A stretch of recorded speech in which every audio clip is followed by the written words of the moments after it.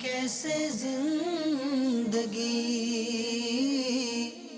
آؤ علماء سے پوچھ لیں، آئے جو مشکل پیش کوئی، آؤ علماء سے پوچھ لیں۔ الحمدللہ رب العالمین والصلاة والسلام علی سید المرسلین، اما بعد فاعوذ باللہ من الشیطان الرجیم، بسم اللہ الرحمن الرحیم۔ الصلاة والسلام علیک یا رسول اللہ، الصلاة والسلام علیک یا حبیب اللہ، الصلاة والسلام علیک یا نبی اللہ، وعلی آلک واصحابک یا نور اللہ۔ پیارے اور محترم اسلامی بھائیوں، دارالافتاء اہل سنت سلسلے میں مرحبا کہتے ہیں۔ درود پاک کی فضیلت سنتے ہیں۔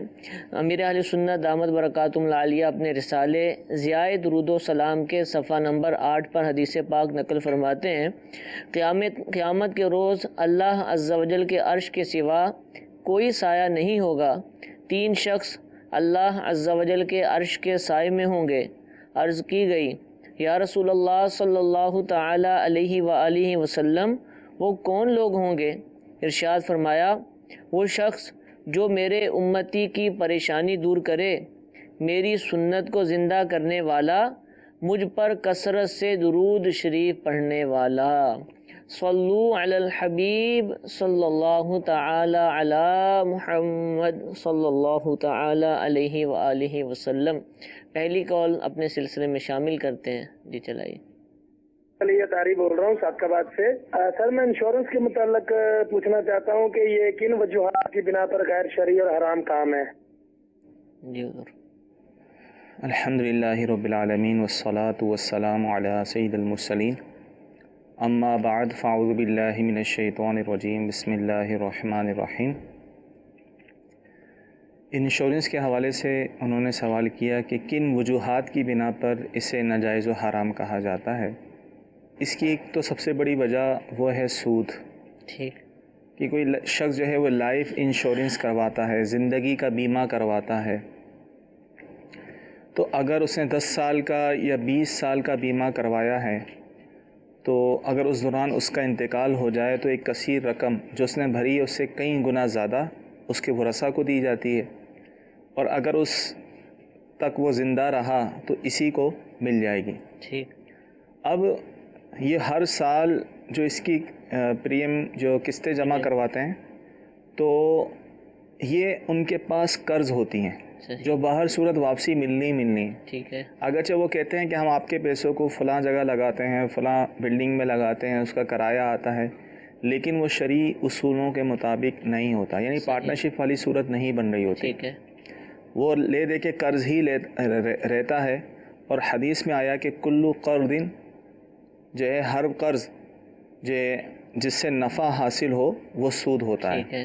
کلو قرض جرا منفع فہو ربا، او کما قال، کہ ہر وہ قرض جس سے نفع حاصل ہو، جو نفع کو کھینچے، وہ سود ہے۔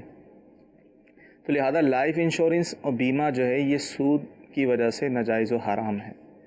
اور اسی طرح اس میں جوئے والی صورت بھی آتی ہے، وہ کیسے جیسے جنرل انشورنس کرواتے ہیں، گاڑیوں کی انشورنس ہو گئی، یہ بھی ناجائز و حرام ہے۔ اس میں کیا ہوتا ہے، آپ نے سال کی انشورنس کروائی، آپ کی گاڑی کو کوئی نقصان نہ بھی ہوا، لیکن آپ نے جو پیسے جمع کروائے ہیں وہ آپ کو واپسی نہیں ملیں گے، وہ اب جو ہے وہ ضائع ہو گئے۔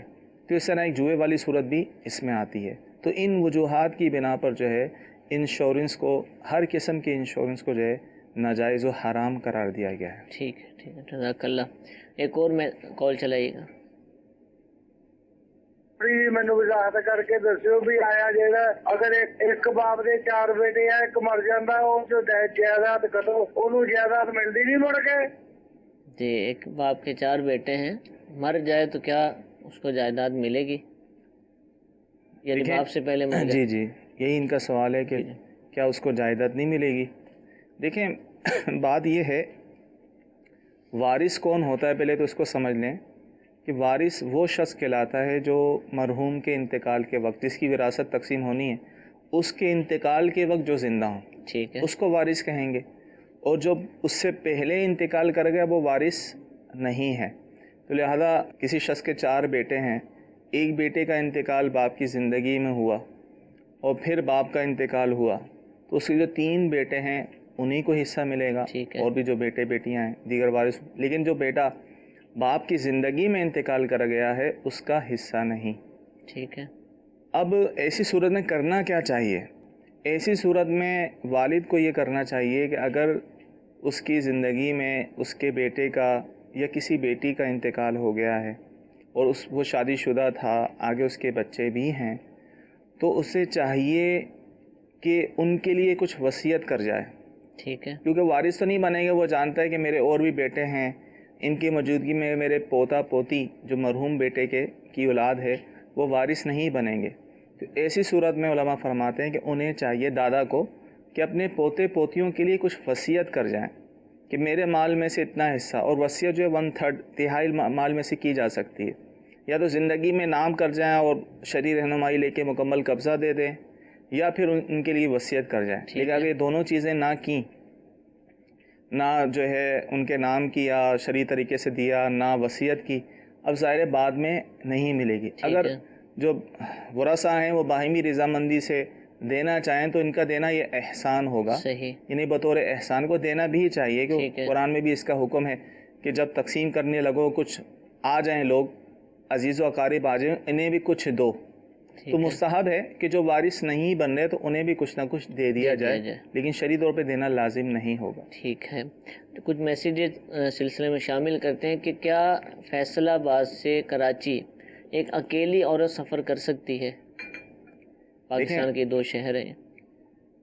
عورت کو بغیر محرم کے، بغیر شوہر اور بغیر محرم کے جو ہے سفر کرنا، شرعی سفر کرنا جائز نہیں۔ 92 کلومیٹر سے زیادہ اگر کوئی عورت سفر کرنا چاہے گی تو اس پر لازم ہوگا کہ اس کے ساتھ اس کا شوہر ہو یا کوئی محرم ہو۔ ٹھیک ہے، اب فیصل آباد سے کراچی جو ہے وہ کافی سفر ہے، تو لہذا بغیر محرم کے وہ سفر نہیں کر سکتی۔ ٹھیک ہے، سوال یہ پوچھا جا رہا ہے کہ اگر کسی نے پاکی کی حالت میں ناپاک کپڑے پہن لیے تو کیا دوبارہ غسل فرض ہو جائے گا؟ دیکھیں، ناپاک کپڑے پہن لیے اور وہ خشک ہیں، ٹھیک ہے، تو وہ پہننے سے، جسم بھی ان کا خشک ہے تو وہ پہننے سے جسم ناپاک نہیں ہوگا۔ ٹھیک ہے، ہاں اگر بالفعل ناپاک کپڑے پہ کوئی نجاست لگی تھی، تر تھی، اور وہ پہن لیے، وہ چھوٹ کے جس جسم کے جس حصے پہ لگا تو صرف اس حصے کو دھونا ہوگا، پھر بھی پورا غسل کرنا لازم نہیں ہوگا۔ ٹھیک ہے جی، ایک اور کال چلائیے۔ میرا مفتی صاحب سے یہ سوال ہے کہ اگر مقتدی یعنی جو امام کے پیچھے نماز پڑھ رہا ہے اگر اس پر سجدہ صاحب واجب ہو تو کیا وہ امام کے سلام پھیرتے ہی سجدہ صاحب کرے یا اس کا کوئی اور طریقہ ہے؟ مقتدی پر سجدہ صاحب واجب ہو جائے، پہلے تو یہ مسئلہ ذہن میں رکھیں کہ مقتدی پر جب تک وہ حالت اقتداء میں ہے، امام کے پیچھے ہے، اس دوران اگر اس سے کوئی سہو ہو گیا، بھول ہو گئی، کوئی واجب بھولے سے چھوٹ گیا تو اس پر سجدہ صاحب لازم نہیں، نہ اپنی نماز میں کرنا ہے۔ ہاں اگر کوئی واجب اس نے جان بوجھ کر چھوڑ دیا ہو تو اس صورت میں جو ہے نماز واجب اعادہ دوبارہ لوٹانا واجب ہوگی۔ ایک صورت ہے جیسے اگر امام سجدہ سہو کے لیے سلام پھیرے تو جو مسبوق ہے، جو بعد میں شامل ہوا ہے، اسے یہ حکم ہوتا ہے کہ امام کے ساتھ سلام نہ پھیرے، ٹھیک ہے، صرف سجدے کرے۔ اگر اس نے بھولے سے سلام پھیر لیا، یہ سمجھتے ہوئے کہ بھائی مطلب بھولے سے سلام پھیر لیا، مسئلہ تو جانتا تھا، پتہ تھا کہ سلام نہیں، لیکن پھر بھی بھولے سے پھیر لیا، تو ایسی صورت میں اسے اپنی نماز جب پوری کرے گا اس میں سجدہ سہو کرنا ہوگا، جبکہ امام کے کچھ دیر بعد اس نے کیا ہو۔ صحیح۔ اور اگر جان بوجھ کے سلام پھیرا کہ مجھے بھی پھیرنا چاہیے امام کے ساتھ، تو اس صورت میں جو مسبوق ہے تو اس کی نماز ٹوٹ جائے گی۔ ٹھیک ہے، یہ مسئلہ کئی دفعہ ہم نے بیان بھی کیا۔ سوال یہ پوچھا جا رہا ہے کہ اگر کسی کے گھر پر جوان بیٹی موجود ہو تو کیا باپ کو گھر سے پانی پینا حرام ہے؟ ایسا یہ پوچھ رہے ہیں۔ ایسی کوئی بات نہیں ہے، ٹھیک ہے، بلکہ عمومی طور پہ یہ ہوتا ہے، یہ سوال جب اٹھتا ہے کہ بعض جگہ یہ دیکھا ہے کہ اپنی بیٹیوں کے گھر نہیں جاتے، جن بیٹیوں کی شادی ہو جاتی ہیں تو گئے تو کھاتے پیتے نہیں ہیں، حالانکہ ایسا نہیں، خود حدیث سے ثابت ہے کہ آپ علیہ الصلوۃ والسلام جو خود تشریف لاتے تھے بیوی فاطمہ الزہرا رضی اللہ تعالیٰ عنہ کے گھر پر، وہ بھی جو ہے وہ آپ کے پاس آتی تھیں، تو شرعی طور پہ کوئی قباحت نہیں ہے بالکل آ جا سکتے ہیں، بیٹی کے گھر میں جا کر کھا بھی سکتے ہیں، شریعت کی طرف سے کوئی ممانعت نہیں۔ ٹھیک ہے۔ جب فوت شدہ والدین کی تصویریں اپنے پاس رکھ سکتے ہیں یا پھر ان کو ضائع کر دیا جائے؟ ان کو ضائع کر دیا جائے۔ ٹھیک ہے، جو پکچر جی وہی، کیونکہ اپنے پاس رکھنا بھی ایک تعظیم کی صورت ہے، صحیح، اور تصویر کو تعظیم کے طور پر رکھنے کی اجازت نہیں ہے، جائز نہیں ہے، تو لہٰذا اسے ضائع کر دیا جائے۔ جی ایک اور کال چلائیے۔ 1000 روپے کی اگر ہم کمیٹی ڈالتے ہیں تو وہاں سے عمرہ پیکج اگر ہمارا ہو جاتا ہے تو یہ جائز ہے یا نہیں؟ کمیٹی ڈالتے ہیں اور اس سے عمرے وغیرہ پر جاتے عمرہ ہیں، کمیٹی بھی مشہور ہے۔ تو دیکھیں اگر جائز طریقے سے کمیٹی ڈالی ہے، ٹھیک ہے، اور جس طرح عام کمیٹیاں ہوتی ہیں اس طرح کی کمیٹی ہے، تو پھر تو ظاہر ہے اس کمیٹی اگر اس کی کھل گئی تو اس صورت میں ان پیسوں سے جو ہے وہ عمرہ کر سکتا ہے۔ ٹھیک ہے، اس میں شبہ کیا آتا ہے، کیونکہ وہ کمیٹیاں اس نے مزید ابھی بھرنی ہوتی ہیں، جی جی، جو کہ ایک طرح کا لوگوں کا قرض اس پر آ جاتا ہے، کیونکہ یہ قرض ایک طرح کا ہو جاتا ہے، یہ سمجھتے ہیں اب قرض لے کر جانا، تو اس میں کوئی حرج نہیں، ویسے قرض خواہوں کی طرف سے اجازت ہی ہوتی سب کی طرف سے، اور ڈالی بھی اسی مقصد کے لیے جاتی ہے، تو اس میں کوئی حرج نہیں ہے، جا سکتے ہیں۔ اور یہ غالباً صورت پوچھ رہے ہیں وہ قرآن دادی والی ہے کہ بھئی جس کا نام نکل آیا تو اب وہ تو پیسے لے کر ہٹ جائے گا، عمرے پہ جائے جو کرے، اور بقیہ پھر اس کو نہیں بھرنے ہوں گے، تو کیا یہ نہیں، ایسی صورت نہیں ہے، ایسی صورت میں یہ صورت کی اس کی تو اجازت نہیں ہے کہ جس کا انعام پیسے بھرتے ہیں، جس کا انعام نکل آیا تو بقیہ نہیں بھرنی۔ ٹھیک ہے، لیکن عام طور پہ ہمارے یہاں جو کراچی شہر میں رائج ہے وہ یہی ہے، عام کمیٹی کی طرح ہی ہے، نام نکل بھی آیا اس نے پھر بھی پیسے بھرنے ہیں، ٹھیک ہے، تو اس لیے ڈالی ہوتی ہے کہ چلیں اس طرح جو ہے پیسے جمع ہو جائیں گے، عمرے پہ چلے جائیں گے، تو یہ جائز ہے۔ ٹھیک ہے، جزاک اللہ۔ جی ایک اور کال چلائیے۔ سوال میرا یہ ہے کہ نماز جنازہ میں جب سلام پھیرتے ہیں چوتھی تکبیر پہ، تو کچھ لوگ پہلے سلام پہ ہاتھ چھوڑ دیتے ہیں اور پھر دوسرا سلام پھیرتے ہیں تو دوسرے پہ ہاتھ چھوڑ دیتے ہیں، اور کچھ جو ہیں وہ چوتھی تکبیر جب امام صاحب اللہ اکبر کہتے ہیں تو دونوں ہاتھ چھوڑ دیتے ہیں۔ اب اس میں بہتر طریقہ کون سا ہے؟ اور کچھ لوگ ہاتھ باندھ کے رکھتے ہیں، سلام پھرنے کے بعد چھوڑتے ہیں، جی جی، صحیح طریقہ اس میں صحیح طریقہ جو کتابوں میں لکھا ہے وہ یہی ہے کہ جب چوتھی تکبیر ہو، امام صاحب چوتھی تکبیر کہیں تو مقتدی بھی چوتھی تکبیر کہے، ٹھیک ہے، پھر دونوں ہاتھوں کو کھول دے، ٹھیک ہے، دونوں ہاتھوں کو کھولنے کے بعد پھر سیدھی طرف سلام پھیرے، پھر الٹی طرف سلام پھیرے، یعنی صحیح طریقہ یہ ہے کہ چوتھی تکبیر کے بعد دونوں ہاتھوں کو کھول دے گا، ٹھیک ہے، پھر اس کے بعد سلام پھیرے گا۔ ٹھیک ہے، ٹھیک ہے۔ جی ایک اور کال چلائیے۔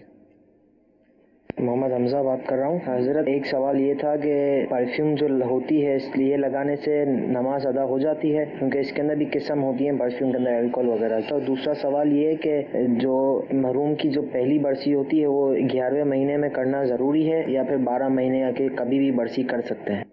جی دو سوالات ہیں، پہلا پرفیوم کا ہے۔ دیکھیں پرفیوم لگانا جائز ہے، اور عرصہ دراز سے علماء اہل سنت نے اس کی اجازت دی ہے عمومی بلوہ کی وجہ سے، اگر یہ لگا لیا تو اس سے کپڑے ناپاک نہیں ہوں گے، ٹھیک ہے، نماز بھی ہو جائے گی۔ ٹھیک ہے۔ اور دوسرا یہ کہ 11 ماہ میں برسی، دیکھیں برسی تو سال گزرنے پر جو کی جائے اس کو برسی کہتے ہیں، ٹھیک، لیکن عمومی طور پہ یہ ہوتا ہے اپنی سہولت کے لحاظ سے آگے پیچھے کر لیتے ہیں، کوئی 11 مہینے میں، کوئی 12ویں مہینے میں، کچھ سے زیادہ اس کو بھی برسی کہہ دیتے ہیں، تو اس میں شرعی طور پہ حرج نہیں ہے، کیونکہ یہ ایصال ثواب کا ایک ذریعہ ہے، ٹھیک ہے، تو اس میں کوئی حرج نہیں ہے۔ البتہ برسی کہا اسے ہی جائے گا جب سال پورا ہو، ٹھیک ہے، ان لغوی اعتبار سے جب برسی بولے جاتا ہے تو اس کا مطلب یہ ہوتا ہے کہ سال گزرنے پر، لیکن اگر کوئی سال گزرنے سے پہلے بھی کر لے تو شرعی طور پہ کوئی حرج نہیں ہے، یعنی 11ویں مہینے میں ہونا ضروری نہیں، اور یہ بھی ضروری نہیں کہ پورے 12 مہینے جس دن ہو رہے ہیں اسی دن کی جائے، ٹھیک ہے، اپنی سہولت کے لحاظ سے آگے پیچھے کر سکتے ہیں۔ ٹھیک ہے، کر سکتے ہیں۔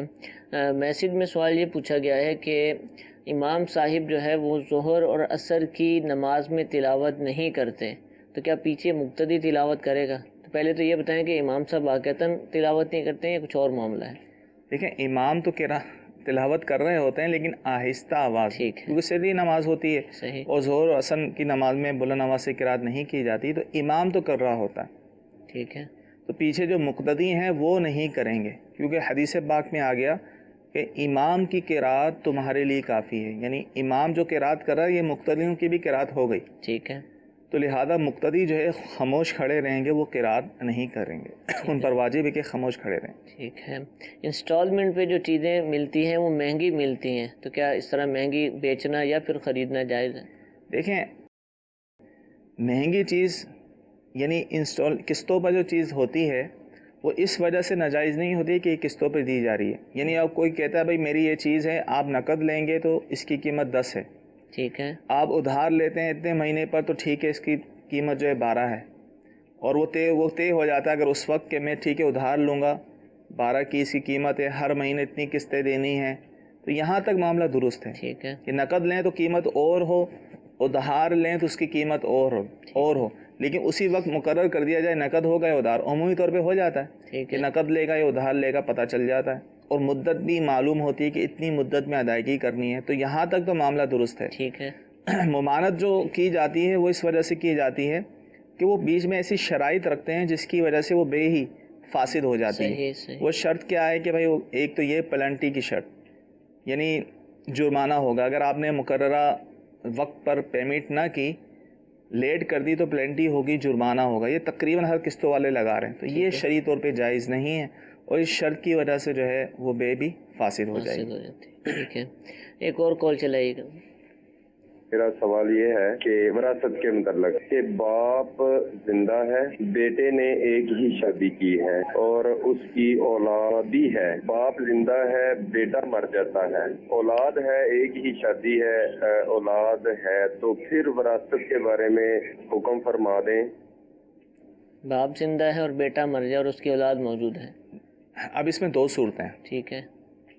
ایک صورت میں تو جو ہے اس مرحوم بیٹے کی اولاد وارث بنے گی، ایک صورت میں نہیں بنے گی. اچھا.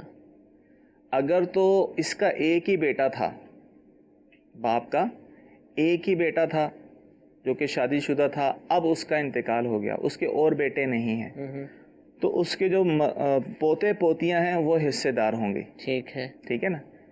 اور دوسری صورت یہ ہے کہ اگر مرنے والے کے اور بھی بیٹے ہیں، یعنی باپ ایک بیٹے کا انتقال تو باپ کی زندگی میں ہوا، پھر باپ کا انتقال ہوا اور باپ کے اور بھی بیٹے ہیں، تو ان بیٹوں کی موجودگی میں مرحوم بیٹے کی اولاد یعنی پوتے پوتیوں کو حصہ نہیں ملے گا. ٹھیک ہے. سوال یہ پوچھا جا رہا ہے کہ کیا عورت اپنے شوہر یا محرم کے بغیر عمرہ ادا کرنے جا سکتی ہے؟ دیکھیں، عمرے کے لیے محرم ہونا یہ ضروری نہیں. ٹھیک ہے. اصل سفر کا معاملہ ہے. ٹھیک ہے. ٹھیک ہے. وہ سفر یہ ہے کہ کوئی شرعی سفر کر کے وہاں جائے، تو ویسے ہی شرعی سفر بغیر محرم کے کرنا عورت کے لیے جائز ہی نہیں ہے، گناہ ہے. اگر جائے گی تو ہر قدم پہ گناہ لکھا جائے گا. تو اگر اسے شرعی سفر کر کے جانا پڑ رہا ہے پھر تو بغیر محرم کے جانا جائز نہیں. اگر کوئی عورت مکے کی ہی رہنے والی ہے، یا یہاں سے تو محرم کے ساتھ ہی گئی تھی اور وہاں چند عورتوں کے ساتھ مل کے مسجد عائشہ جا کر جو ہے وہ عمرہ کرنا چاہتی ہے، تو مسجد عائشہ تو قریب ہی ہے، دور ہے ہی نہیں، تو اس طرح کرتی ہے تو یہ جائز ہوگا. صحیح. لیکن اگر اس کو شرعی سفر کرنا پڑ رہا ہے تو وہ بغیر محرم کے جائز نہیں. تو اصل سفر کا معاملہ ہے، اصل سفر کا معاملہ ہے، نہ کہ عمرے کا. ٹھیک ہے. سوال یہ پوچھا جا رہا ہے کہ اگر مقتدی جو ہے وہ التحیات مکمل کر لے اور ابھی امام صاحب کی جاری ہے تو کیا کرے، اور اگر امام صاحب نے مکمل کر لی ہے، اس کی مکمل نہیں ہوئی تو اب کیا کریں؟ دیکھیں، شاید یہ قاعدہ اولا کی بات کر رہے ہیں. پہلے قاعدے میں التحیات جو ہے وہ عبدہ و رسولہ تک پڑھتے ہیں. اول تو آہستہ آہستہ پڑھنی چاہیے. اگر بالفرض جو ہے امام سے پہلے ہی ختم ہو گئی تو یا تو خاموش رہیں، ٹھیک ہے، یا بہتر یہ ہے کہ اس کی جو ہے تکرار کریں. جیسے مسبوق ہوتا ہے، اس نے جو ہے امام صاحب کے ساتھ جو ہے وہ عبدہ و رسول تک ہی پڑھنا ہوتا ہے، قاعدہ آخرہ ہی ہو، تو اس صورت میں حکم یہ کہ شہادت کی تکرار کرتا رہے. ٹھیک ہے. ٹھیک ہے نا. اشہد ان لا الہ الا اللہ و اشہد ان محمد عبدہ و رسولہ، یہ پڑھتا رہے. اور اس طرح امام صاحب نے ختم کر لی، ان کی ختم نہیں ہوئی. اگر تو عبدہ و رسولہ تک اس نے نہیں پڑھا پھر تو واجب ہے کہ عبدہ و رسولہ تک پڑھے. اگر اتنا پڑھ چکا ہے اور امام صاحب نے جو ہے سلام پھیر دیا اور یہ عبدہ و رسولہ تک پڑھ رہا ہے اور دروشی پڑھ رہا تھا بالفرض، اور امام صاحب نے سلام پھیر دیا تو یہ بھی امام کے ساتھ سلام پھیرے گا. ٹھیک ہے. ایک کال چلا لیجئے پھر انشاءاللہ مزید میسیجز لیتے ہیں.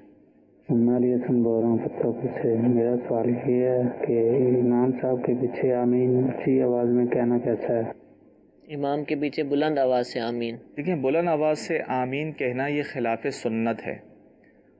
احناف کے نزدیک سنت یہی ہے کہ آمین اور بسم اللہ الرحمن الرحیم یہ آہستہ کہی جائے. تو سوال یہ ہے کہ شادی کے وقت 500 حق مہر مقرر کیا گیا تھا، اب 18 سال ہو چکے ہیں شادی کو، تو کیا وہ 500 روپیہ ہی دینا ہے یا پھر اس کو مالیت میں کنورٹ کریں گے اور اس کے حساب سے جو دیکھیں 18 سال پہلے جو 500 روپے مہر رکھا گیا اگر تو وہ 10 درہم کے برابر تھا، 10 درہم ہوتے ہیں 2 تولہ 7.5 ماشا چاندی یا اس کی قیمت، ٹھیک ہے، جو تقریباً 30.618 گرام چاندی، تقریباً 31 گرام.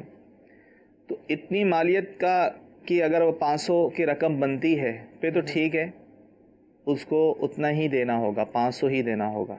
اور اگر کسی نے اس سے کم مہر رکھا، یعنی 500 اتنے نہیں بنتے تھے، 500 جو ہیں 10 درہم سے کم بنتے تھے، تو پورے 10 درہم کے برابر جو قیمت ہے 2 تولہ 7.5 ماشا کے برابر وہ قیمت دینی ہوگی. کب کی دیں گے؟ آج کل تو اس وقت 10 درہم کی جو قیمت تھی، چاندی کی قیمت تھی، اس حساب سے یعنی 2 تولہ 7.5 ماشا چاندی جو قیمت تھی اس حساب سے ہی حق مہر ادا کرنا ہوگا، جبکہ 500 روپے جو ہے وہ 10 درہم 2 تولہ 7.5 ماشا چاندی سے کم ہو. ٹھیک ہے. پوچھ رہے ہیں کہ گھر میں کیا جماعت قائم ہو سکتی ہے، جبکہ گھر میں تو WC بھی ہوتا ہے، گٹر لائن بھی گزر رہی ہوتی ہے اور اس طرح کی بہت ساری چیزیں، تو گھر میں نماز پڑھنا یا جماعت کا سوال کیا انہوں نے؟ دیکھیں اب مرد کے لیے تو حکم یہی ہے کہ قریب مسجد ہو تو مسجد کی جماعت واجب ہے، ٹھیک ہے نا. اگر کوئی عذر ہے یا کسی وجہ سے جماعت چھوٹ گئی ہے تو گھر میں بھی جماعت ہو سکتی ہے، اس کی بھی شرائط ہیں. باقی جو انہوں نے وجہ پوچھی ہے کہ گھر میں تو WC بھی ہوتا ہے، یہ بھی ہوتا ہے، اس وجہ سے کوئی کراہت لازم نہیں ہوگی، نماز ہو جائے گی. ٹھیک ہے. سوال پوچھ رہے ہیں کہ مچھلی یعنی فش کو کیوں نہیں پکڑ سکتے؟ ایسا ہے کہ اس کو پکڑنے سے منع کیا گیا؟ کھانے کے لیے کوئی پکڑ رہا ہے اور جو ہے کاروبار کے لیے جس کا کاروبار یہی ہے مچھلیاں پکڑ رہا ہے تو وہ تو جائز ہے. ایک شوقیہ طور پہ جو ہے لوگ تفریح کرتے ہیں، شکار کرتے ہیں، اس کی شرعی طور پہ اجازت نہیں ہے. ٹھیک ہے. کھانا مقصود ہے تو کھانا ہی مقصود ہے یا کاروبار کرنا مقصود ہے تو اس صورت میں پکڑ سکتے ہیں. ٹھیک ہے جی. ایک اور کال چلائیے. پیش امام جو نماز پڑھاتا ہے، کسی کو داڑھی ہے کسی کو داڑھی نہیں ہے، کوئی کلین شیو کراتا ہے، کوئی کٹواتا ہے، اس سے پیش امام کی ساری جماعت کا نماز ہوتا ہے یا نہیں ہوتا ہے؟ جی حضور، دیہاتوں میں بالخصوص ایسا بہت زیادہ ہے. دیکھیں اس صورت میں جو ہے وہ جو داڑھی منڈا ہے شخص وہ ہے فاسق. جو داڑھی منڈاتا ہے یا حد شرع سے کم کٹاتا ہے، اور فاسق کی تعظیم کرنا جائز نہیں. اب کسی فاسق کو، ایسے شخص کو امامت کے لیے کھڑا کرنا یہ ایسا ہی ہے کیونکہ اس کی تعظیم ہے. یہ کسی کو امام بنانا ہوا کہ اس کی تعظیم کرنا، تو لہذا فاسق کی تعظیم کی شریعت ممانعت کی ہے. تو لہذا ایسے شخص کو امام بنانا جائز نہیں ہے. اگر اس کے پیچھے نماز پڑھ لی تو گناہگار ہوں گے، توبہ بھی لازم ہوگی، اس نماز کو دوبارہ لوٹانا بھی واجب ہوگا. ٹھیک جی. ایک اور کال چلائیے. دارالفتہ اہل سنت کے سلسلے میں میرا مفتی صاحب سے یہ سوال ہے کہ جماعت کے لیے کتنے آدمیوں کا ہونا ضروری ہے؟ کیا 2 لوگوں میں جماعت ہو سکتی ہے؟ جی ہاں، 2 لوگوں میں بھی جماعت ہو سکتی ہے. 2 لوگ کر سکتے ہیں. اس کا طریقہ کار کیا ہوگا؟ اس کا یہ ہوگا کہ اگر ایک ہی مقتدی ہے تو وہ بالکل امام کے ساتھ کھڑا ہو جائے گا. بس یہ احتیاط کرے کہ امام اس کی ایڑیاں امام کی ایڑیوں سے آگے نہ ہو، تاکہ امام کے ساتھ ہی کھڑا رہے. صحیح. اس دوران اگر کوئی دوسرا آ جاتا ہے تو وہ اس کو پیچھے کر لے، وہ مقتدی پیچھے ہو جائے یا امام اگر آگے جگہ تو امام آگے ہو جائے. ٹھیک ہے. اس طریقے سے پھر ایک سے زائد بھی بعد میں شامل ہو سکتے ہیں. جی ایک اور کال چلائیے. میرا نام سلمان ہے. میرا یہ سوال ہے کہ میں ایک مرشد کے پاس بیعت ہوں، کیا میں دوسرے مرشد کی بیعت لے سکتا ہوں؟ کسی ایک پیر کے مرید؟ دیکھیں کسی ایک پیر کامل جو جامع شرائط ہیں ان سے بیعت ہو چکے ہیں، تو اب دوسرے سے جو ہے طالب ہو سکتے ہیں. ٹھیک ہے. تو 2 پیر کے مرید اس طرح نہیں ہوتے، بلکہ اگر کسی اور سے بھی ہونا ہے تو طالب ہو سکتے ہیں. ٹھیک ہے. طالب سے مراد یعنی کہ مطلب ان سے بھی فیض و برکت حاصل ہوگی. ٹھیک ہے. جیسے طالب و ایک استاد والا معاملہ ہوتا ہے. ٹھیک ہے. کہ جو ہے ان سے بھی فیض ملتا رہے گا، ان سے بھی ملتا رہے گا. پیر صاحب تو وہی رہیں گے اور ان سے طالب ہونے سے یہ فائدہ ہوگا، ان سے بھی فیض و برکات حاصل ہوتے رہیں گے. جیسے کہ امیر اہل سنت دامت برکاتہم العالیہ بھی اپنے سلسلے میں یعنی قادری سلسلے میں بیعت فرماتے ہیں، اور اگر کوئی دوسرے کسی پیر کامل کا مرید ہے تو ان کو طالب بھی فرماتے ہیں. سوال یہ پوچھ رہے ہیں کہ کیا شیشہ یعنی آئینہ دیکھنے سے وضو ٹوٹ جاتا ہے؟ کسی نے اگر آئینہ دیکھ لے تو اس کا وضو کیا؟ آئینہ یا شیشہ دیکھنے سے وضو نہیں ٹوٹتا. ٹھیک ہے. اس کا وضو بالکل برقرار رہے گا. ایک اور کال چلائیے.